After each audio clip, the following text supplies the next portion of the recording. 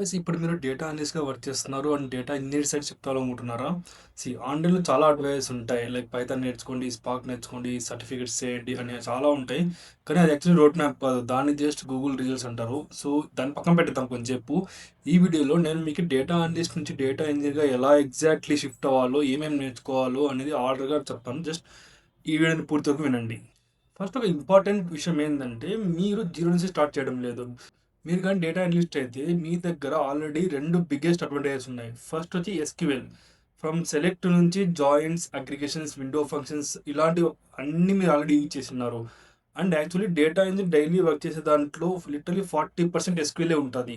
కాబట్టి SQL side నుంచి అయితే మీకు ఆల్రెడీ స్ట్రాంగ్ ఫౌండేషన్‌తో ఉన్నారు.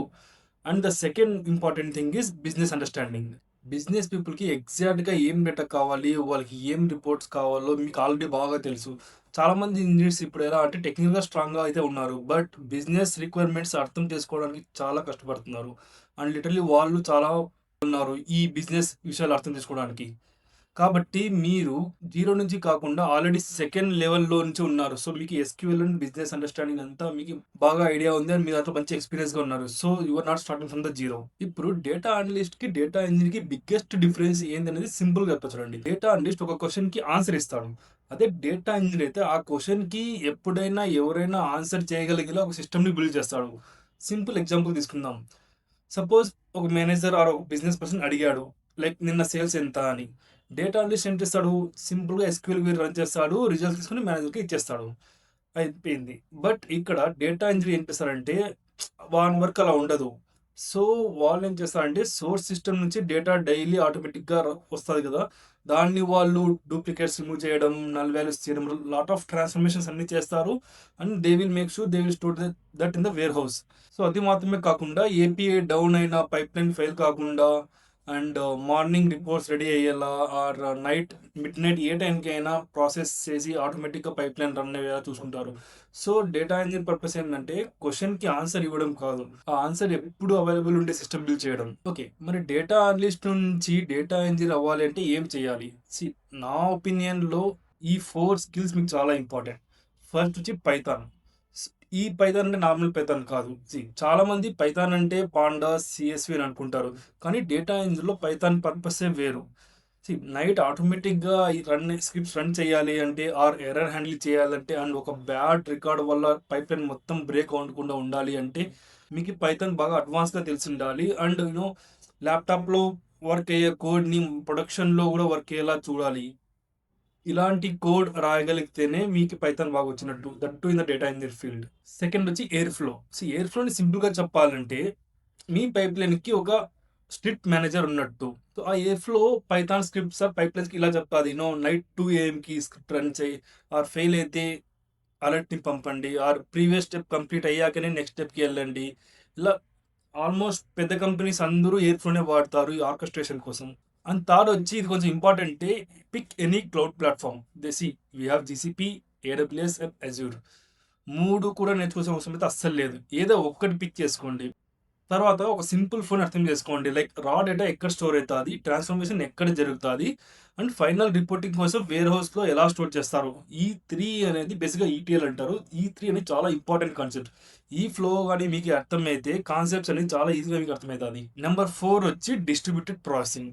డే 1 నుంచి మీరు స్పార్క్ ఎక్స్‌పర్ట్ అవ్వాల్సిన అవసరం అస్సలు లేదు. ఫస్ట్ మీకు ఒక కాన్సెప్ట్ అర్థం చేసుకోండి. పాండాస్ అనేది సింగిల్ మెషిన్ మెమరీ మీద మాత్రమే వర్క్ చేస్తాది. డేటా చాలా పెద్దగా అయ్యే కొద్దీ సింగిల్ మెషిన్ హ్యాండిల్ చేయగలదు. అప్పుడు ఏం చేస్తారంటే స్పార్క్ లాంటివి డేటాని మల్టిపుల్ మెషిన్స్ మీద డివైడ్ చేసి ప్రాసెస్ చేస్తది. అందుకే స్పార్క్ అనేది చాలా పవర్‌ఫుల్ అయింది. స్పార్క్ సింటాక్స్ కన్నా స్పార్క్ ఎందుకు వచ్చిందో అర్థం చేసుకోవడమే చాలా important. Okay. When comes to timing రియాలిటీగా చెప్పాలంటే మీరు కన్సిస్టెంట్‌గా ప్రాక్టీస్ చేస్తే ఒక 3 months is more than enough. If you take month 1లో అయితే మీరు just Python pipelines related coding అంతా నేర్చుకోండి. అండ్ ఎయిర్ ఫ్లో బేసిక్స్ నేర్చుకోండి. అండ్ ప్రొడక్షన్‌లో పైథాన్ కోడ్ ఎలా రాయాలా అండ్ ఎయిర్ ఫ్లోస్ డాగ్స్ ఎలా ప్రిపేర్ చేయాలా అవన్నీ నేర్చుకోండి. That's come in the first month. ఇప్పుడు సెకండ్ మంత్‌లో ఒక క్లౌడ్ పిక్ చేసుకోండి. End to end pipeline build చేయండి. ఫస్ట్ క్లౌడ్‌లో సర్వీసెస్ అన్ని అర్థం చేసుకోండి. అన్నీ నేర్చుకోండి. ప్రాక్టీస్ చేయండి. Then build and end to end pipeline. నన్నడిగితే రాండమ్‌గా ట్యుటోరియల్ అయితే కాపీ చేయొద్దండి. మీరు రియల్‌గా ఏపీఐ నుంచి డేటా తీసుకొని ట్రాన్స్‌ఫార్మ్ చేసి వేరే హౌస్‌కి లోడ్ చేయాలా? ఇలాంటి ఒక simple and end to end pipeline create చేయండి. అండ్ థర్డ్ మంత్లో మీరు ఒక స్ట్రాంగ్ పోర్ట్ఫోలియో ప్రాజెక్ట్ని బిల్డ్ చేయాలా.